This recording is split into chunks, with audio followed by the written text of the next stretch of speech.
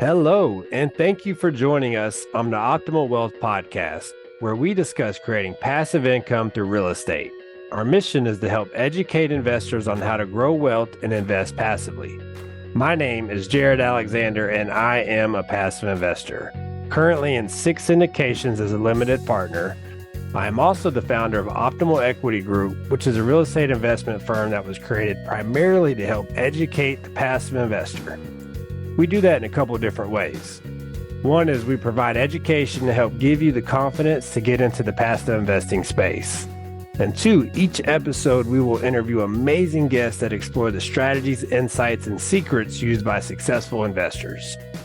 Whether you're a seasoned investor or just starting out on your real estate journey, this podcast is designed to help give you the confidence and knowledge you need to make informed and profitable decisions. Right. Thank you for joining us on another episode of the Optimal Wealth Podcast. Today, I am super excited to introduce our second guest of the show, Ray Hightower. Ray, thanks for joining us. Jared, thank you so much for having me here. Yeah. So let's a little bit about Ray. He is a commercial real estate investor and tech company founder operating in the state of Arizona. Ray started and ran his technology company for over 2 decades before selling the company and launching Bridgetown Partners. Bridgetown buys commercial real estate in Arizona, Tennessee, and Texas with a special focus on 50 to 150 unit multifamily properties. I will share too also is, Ray is an active member of the Boy Scouts of America. And I've gotten to know Ray over the past couple years, actually. Now we do a Friday morning call early, and it just really gets the day started. And start off well. We talk about commercial real estate and how we can improve really in all areas of our lives. So that's been pretty cool. And so Ray, just thank you for joining us again. Super excited to have you. If you could tell our listeners a little bit more about you and how you got started in real estate. Sure, glad to do it, Jared. And again, I'm grateful that you're having me here. In a nutshell, my background is in tech. I have a computer science degree. I've worked in corporate America. I worked for a couple of Fortune 500 companies. That was many years ago. And I ran my own technology company for a couple of decades, actually 21 years, a little bit over 21 years. We did local area networks in our first 10 years of operations, and we morphed into software development in the last 11 or so years of operation. So we ran the gamut, and we did pretty well there. We morphed into software development right when the web really started to take off and when open source really started to take off. I got into real estate because I was looking for, like everyone else, I was looking for a way to make passive income. I was looking for a way to reduce taxes. I was looking for a way to disconnect my effort, my hourly efforts, my daily efforts from the income that's coming into me. So those all things came together. I was living in California at the time that I started looking into multifamily, and I wasn't finding deals that made sense for me there. Just you and I have talked extensively about underwriting, and I didn't find deals that underwrote for me the way I needed them to. And I started doing road trips to Arizona. One day I woke up and said, you know what? Why don't I just move to Arizona? I'm spending all this money on travel and hotel and Airbnb. And 4 months after I got here, closed on my first passive deal in Tucson. That was a 93-unit deal in Tucson, Arizona. Nice. So, and if you don't mind me asking, so how did you vet the operator? I mean, you came to Arizona 4 months, decided to do your first deal within a month of being here, you said? Yes, we closed 4 months after I got here. So yeah, with about a month, I knew that I wanted to do the deal with this operator, and so we did that. And a little bit later, we closed. Yes. Awesome. So being this podcast, we're tailor to the passive investor and how to educate them. So if you could walk us through your due diligence process of how you found that operator, the due diligence, going through that process and what decided to make you pull the trigger. Oh, yeah, absolutely. The most important thing you need to vet when you're looking at an operator is character. Some people want to look at, oh, what's the IRR? What's the equity multiple? What's the cash on cash return? And those are all important. But what's more important is this someone that you want to trust your money with? And the way I would put it is this. One of my investors, and actually a very good friend of mine also, said to me when he's making a decision to invest in a deal, he's looking at me the same way a parent looks at me when I'm taking their kids on a camping trip. The other adult leaders and I get together and we're taking these kids out on camping trips the same way we were taken on camping trips by the previous generation of adult leaders, right? I've been in scouting for decades, for 40 plus 50 years, 50 years, over 50 years I've been involved in scouting. And you're really vetting that operator the same way you vet someone who's going to take your kids out on a camping trip. And you want to know, have they done this before? Have they done this before with other people that you know? What's their track record? You want to know that they have, as Buffett likes to say, when he's hiring someone or hiring a CEO for one of his companies, he wants to know that they have intelligence, integrity, and energy. And if they do not have integrity, you want them to be stupid and slow, right? But ideally, you want someone with intelligence, integrity, and energy. And integrity is probably the biggest one there. And then you look at the numbers. The numbers have to look good. But, keep in mind, anytime an operator is quoting you numbers, those are estimates. I mean, those are good faith estimates, but they're always estimates because none of us has a crystal ball. None of us truly knows the future, but we estimate as best as we can. And you want to make sure that those estimates are coming from someone with good integrity and good character. Yeah, no, absolutely. And I like your answer there because it just reminds me of you hear it so much in this space, know, like, and trust, right? Yes. You have to, the character really just sums it up. What's the character of this operator that I'm investing my hard-earned money that I've, $25,000, $50,000 saved up takes a long time to get into the bank and then just, wire transfer that over to somebody you barely know. It takes a big commitment to do that. So, with that know, like, and trust factor, it's very important. And we've seen it, Ray, where, you talk about looking at the deal is, somebody can take a good deal and not manage it properly and, not have the systems in place and can run that down. Right. Yes. But a good operator, right? Exactly. But a good operator could take, say, an average deal or even a bad deal and put the right systems in place and really get that to a stabilized performing asset. And absolutely not saying they're going to invest in a bad deal, but if things aren't looking the way they were, we're in a prime example of that right now, right? 2020 deals, right, aren't necessarily looking the way we thought they were now here in 2023 on the tail end of that. So true, the good operators can definitely put the systems in place and their transparency, right? Their communication. Yes. We don't always expect things to go well, but how are they communicating, the issues at hand or the complications that they're having with these particular deals and things like that. So, yeah. You just hit it. That's a very, very important one. Communication, especially how do they communicate bad news? How quickly do they communicate bad news? How thoroughly do they communicate bad news? I like to quote my brother all the time. My brother's an automotive engineer and has been for decades. And he likes to say, when people are reporting to him, he tells them bad news does not get better with time.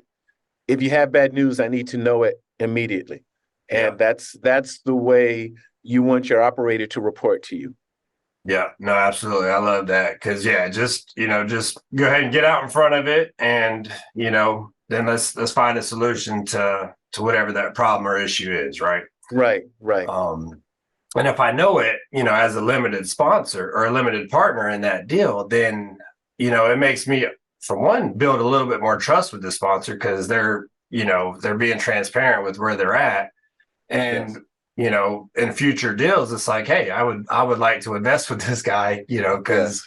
just because of that, right? Going back to the Yes. character, Yes. like you mentioned. So, so that's definitely important. And so as a limited partner getting into this space, obviously, so we touched on character. That's a big part of, and handing your money over to an operator or sponsor, which are both in one and the same thing: operator, sponsor, general partner. Now, Mhm. do you recommend them knowing, of course you got to know the numbers, right? But like Yes. how deep did you go into the numbers before you invested in your first deal?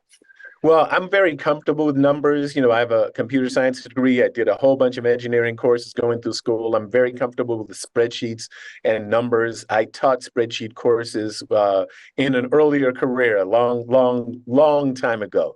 So I'm very comfortable with that. So I drilled down into that. But I got to tell you, it was very important for me. Not all limited partners have to do this, but it was important for me to visit the property and to walk the property. And so I did that, and that was honestly knowing that I was very close to investing in that. That was one of the things that made me want to move to Arizona, because as I got to see that, I got to see that area, and I got to look at the neighborhood, at the area, at the property itself. I decided that I wanted to do more deals in Arizona. So that that was the process that I went through. Yes, I looked at the numbers, but I also had to, look at the bricks. I had to kick the bricks a bit too for my first deal. Yeah. No, that makes sense. And I did the same thing. I actually got a referral from someone that I Mhm. know that invested with a particular operator. And I got on the phone with them. And honestly, I like to say I'm a good judge of character, but I, got to again really know the guy and what they were offering. And then I did my due diligence and my research. I went to top 10 or top 20 questions to ask a sponsor before investing in an apartment syndication, Mhm. right? Yes. And Yes. just kind of went through and asked them those tough questions, made me feel good. And had to talk to the wife, of course, and then ended up, Yeah. transferring the money. And that just got me, got my foot over the threshold in the world of Yes. apartment syndications. And honestly, I wanted to just keep investing because, I started out with a single family, and Mhm. like, I can put the same amount of money as a down payment on the house and get pretty similar returns, right? As far as the cash flow goes throughout the whole period of that deal. But I can double my money in 3 to 5 years and literally not have to deal with the property management, the, tenants, turnovers, tenants, Yeah. Yeah. Yes. toilets. And so, I mean, it was just, I mean, if you really want to be passive and be hands off, I haven't found another way to do that, as being as passive and hands off as apartment syndication. So, Right. anyways, going down a little different road there, but I think it's important when you're looking at these deals. You obviously trust the operator.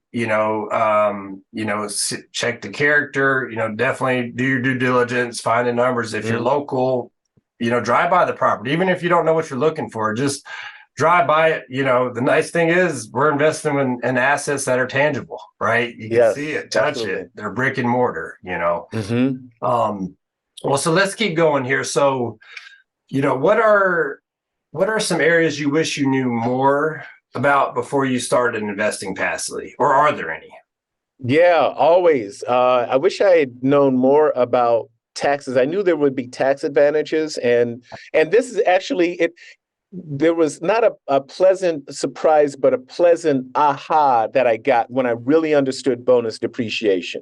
I didn't thoroughly understand bonus depreciation before I invested, and it was a pleasant aha when I looked at how much I was able to save on taxes through bonus depreciation. So I wish I had understood a little bit more about that. But on the flip side of that, if you spend all of your time trying to understand everything, you'll never make a move. Yep. So I can say there are always more things that I wish I had understood, but if I had waited long enough to understand everything as thoroughly as I do now, I might still be on the sidelines. So Yeah. it's a trade-off. It's kind of a trade-off. I 100% agree, and I honestly didn't know much about bonus depreciation when I did mine, really until I got my first tax return, right? Yes, yes, yes. And I'll share some numbers just to, put on a $50,000 investment. I received a $31,000 loss, right, on the Mm-hmm. K1, which Mm-hmm. is huge. That just tells you what that bonus depreciation. Now, at this time, I will say it was 100%. Mm-hmm. Bonus depreciation, which, the year we're in 2023, it's 80%, and then, Yes. going to be going down from there. But still, I mean, that's huge, right? And Yes. so, Yes. yeah, it's and I like what you said, right? I mean, you can get into that analysis paralysis stage Ooh. and just not even, and next thing you know, 3 to 5 years goes by and you're sitting in the same spot. But if you just take that step, educated, right? Of Yes. course, Yes. but take that first step and then you learn about all this stuff as you go. And Mm-hmm. then you get smarter along the way, right? Right. Right. Um, so yeah, for the new passive investor, I mean, is there anything that, a question I haven't asked you, or anything that you think would be valuable to somebody just getting started out in the space, maybe in that analysis paralysis stage, looking at investing with a sponsor but not quite sure? Mm-hmm. What advice would you give them right now? You know, uh, Go to conferences. That's something that was not directly available to me because I started as a passive investor during COVID. So everything I did was, online via Zoom initially. And then of course, I visited the properties in person, but yeah, I would go to conferences, interact with people who are doing this already, and there's some good ones to go to. I don't know if I'm allowed to name any names here or anything like that, Sure. but there's Yeah. some. There's some good people out there. I know people who have Rod Cleef's a good one for me. I'm part of Rod's Warrior program, and I've gotten a lot out of that. And hats off to him and his team of mentors. That is through whom I've learned a ton. I would look at the Vertical Street Ventures people. They run something called the VSV Academy and VSV Con, a conference they run in Arizona every year. I would look at them. Brad Sumrock does very well. Those are a few, but there are others that are good. Dave Lindahl is another one that's good. I know I'm forgetting some because there are others who maybe have graduated from the ones that I've mentioned and have gone on to start their own mentorship programs. I think the most important thing to look at if you're considering a mentorship program or if you want to go to the conferences is look at the fruit. We know a tree by the fruit that it bears. So you want to look at what are the success records of the people who have either been through that program or who have attended some of those conferences, and what are they doing now? And have they been able to learn as a result of going through whatever cycle or funnel or program the mentors or gurus are offering? So I'd look very carefully at that. Yeah.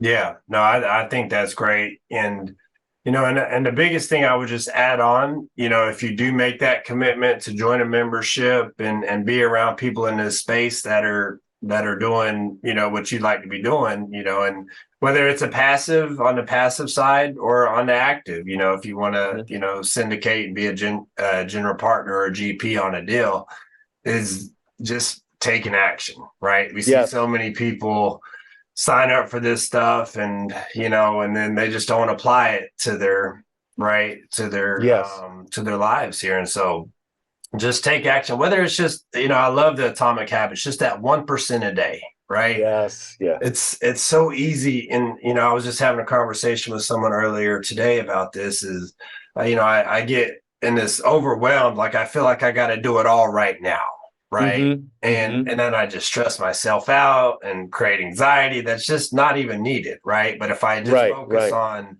the one thing, right? Yes. Another Yes. book by Yes. Gary Kelleher and Jay Papasan there is, just what's that one thing and just time blocking that. And it doesn't have to be 20 hours a week. It could be 10 hours a week. It could be 5 hours. It could be 2 hours a week, right? One Right. hour every Right. so, it's just take action, right? Just Yes. to follow up on that point there. And I will tell you, probably, I try to get to these, conferences are great, right? You just get to connect with people, you get in the atmosphere. It's just great energy, Jared. I just love the energy. And I'll share out of the conferences I've been, I think Ray has been at every single one of those, every meetup just about that I've been to. Ray is there. So we're listening to a guy here that, he walks the walk as well. He shows up and he's there. Either that or I'm your stalker. Maybe I'm your stalker. One of the two, Ray. I might need maybe to pay I want your attention. autograph. Yeah. I'm still waiting for that autograph, Jared. All right. Soon, Ray. Soon, in due time. But no, that's awesome. It's if you're gonna do something, be around people that are doing this, right? That's the best way to get started. So yes. No, that's awesome. And then, I'd like to transition to some question I like to ask our guest. And towards the end of this podcast, we're gonna call this. This is our second episode, so we're still figuring some things out here, but we're going to call it the fire round for now. I like that, and I've heard that on another podcast, so we're going to call it the fire round here. The fire round. Well, let's fire away. Let's fire it off here.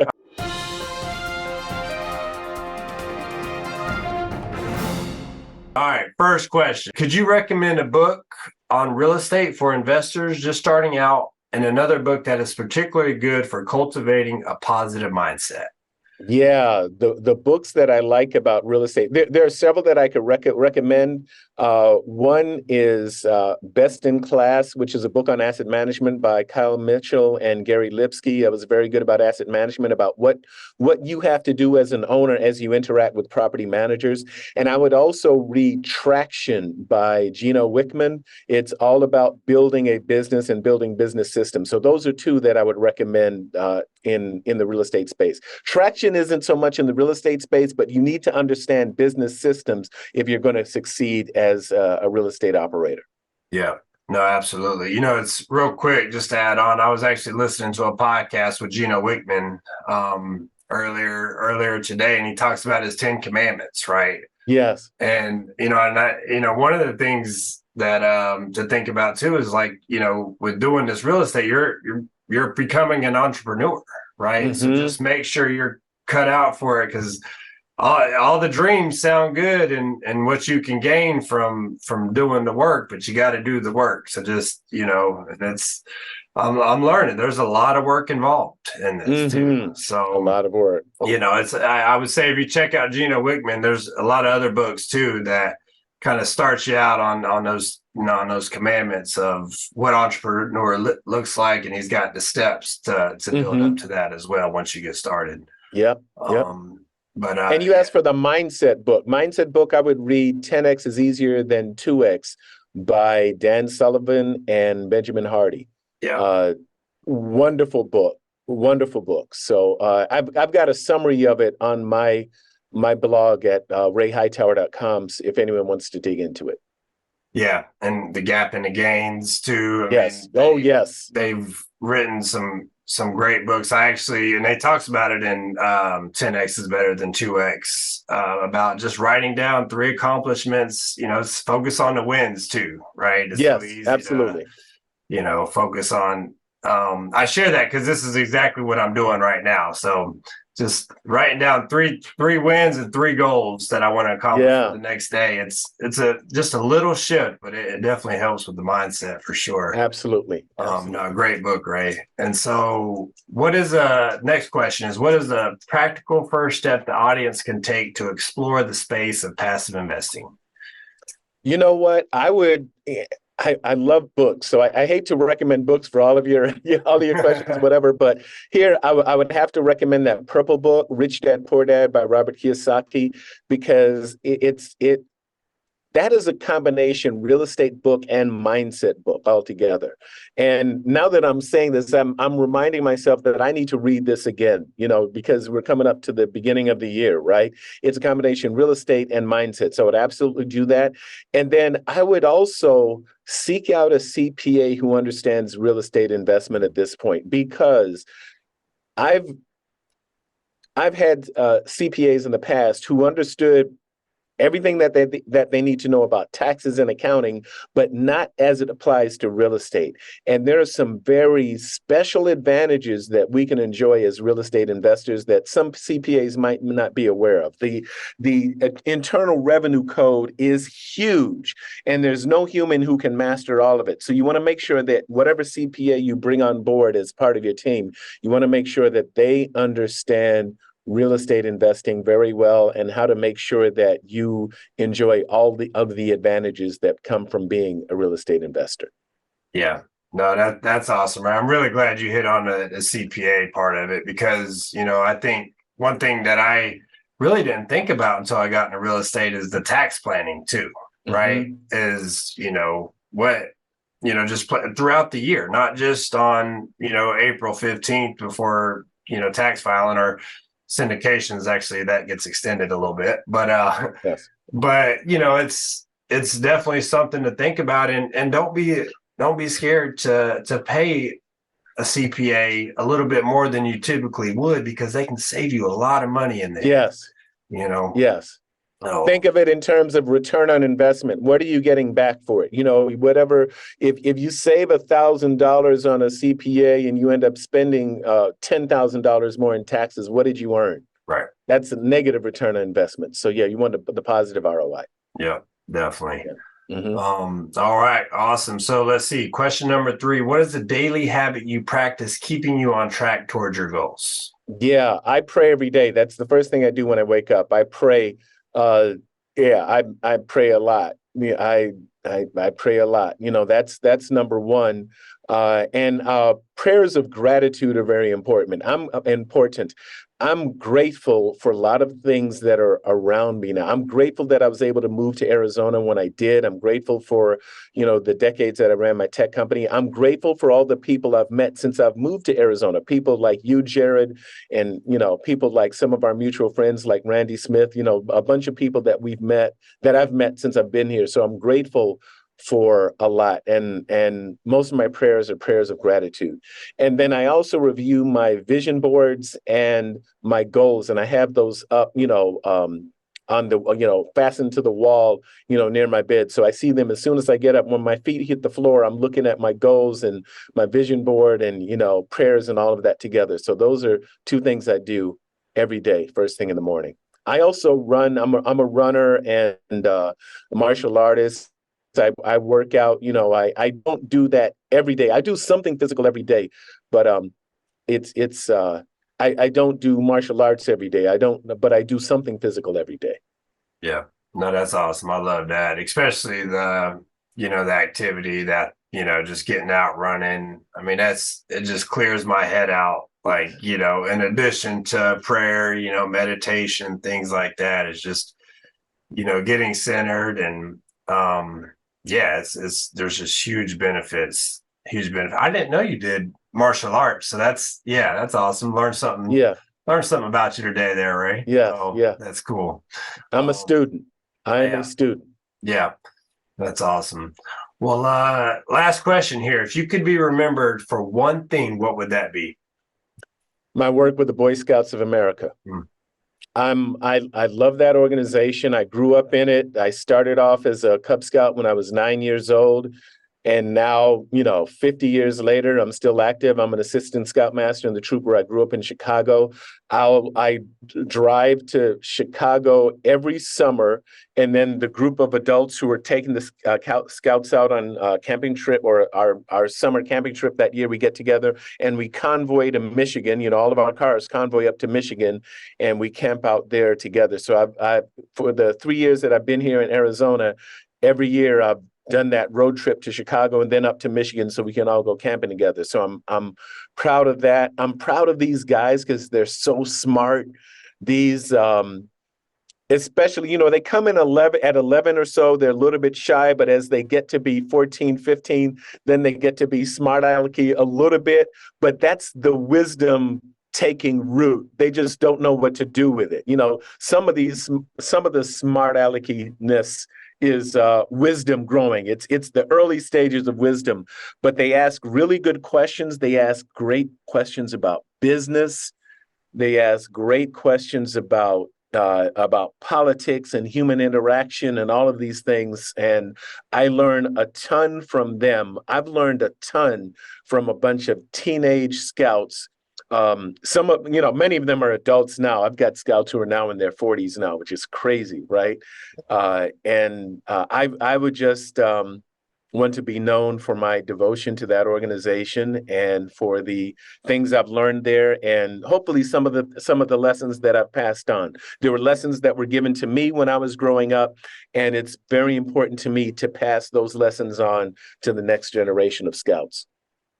No, that's awesome, Ray. And I, as you're mentioning that, I could just only imagine the amount of kids that you've impacted or adults, right, that you've impacted throughout the years by just sharing your experience and just being there for them, right? Just being there to show them the right thing to do, or just a different way, right? Just a different way of doing things. It's pretty cool. And I think about it as, with my kids, right, as a dad, I want to leave an imprint on them, and I want to show them the way and teach them right from wrong, and just show them there's a lot of opportunity out in this world, right? Oh, yes. And then just trying to get them into that mindset of, the endless opportunities that they have. So absolutely. What's really funny about that, there have been times where I'm talking to one of these scouts and telling him something about personal responsibility and showing up on time and keeping your word. And then as I listen to myself, I say, oh my goodness, I'm giving a speech that was given to me when I was 11. And I still remembered it. And part of me is like, when I was 11, I didn't want to hear we're hard hitters. Kids were hard hitted. And then, oh man, some of, Mr. Ball's words stuck with me, or Mr. Sublet's words stuck with me, or Mr. Carter or something. I'm thinking back of all of these men, many of whom have passed on, have passed away, who their lessons, I just want to pass their lessons on to the next generation. That is a sacred responsibility to me, to pass those on. Yeah, no, that's awesome, Ray. And we could just keep doing that, right? Keep doing it, keep showing up, and keep passing the torch down. Oh, yes. Yeah, no, that's awesome. Well, thank you again for joining us today on the Optimal Wealth Podcast, Ray. And if you could, before we head out here, if you could tell listeners about where they can find you and learn more about Bridgetown Partners. Yeah, absolutely. You can find us at bridgetownpartners.com. We did officially file the paperwork to do business as ROI Clear, so you'll learn more about us at bridgetownpartners.com, roiclear.com, or rayhightower.com. You see the rayhightower.com just directly above here. So I look forward to speaking with anyone who wants to reach out to me. And Jared, thank you again for having me on your podcast. Well, thank you again, Ray, for being a guest. And I would just share real quick for the listeners, if you haven't got to know Ray, get to know him. Reach out, set some time on his calendar. He's a very knowledgeable guy, and just has a lot of insight, especially around the commercial real estate space. But as you hear, in a lot of other areas of life too. So reach out to Ray. And again, Ray, thanks for being a guest here. And until next time. Thank you. Thank you for listening to the Optimal Wealth Podcast. If you enjoyed this episode, please be sure to rate, review, subscribe, and pay it forward by sharing with a friend. Most importantly, be sure to optimize your results and take massive action on what you have learned here today. For more, visit optimalequitygroup.com.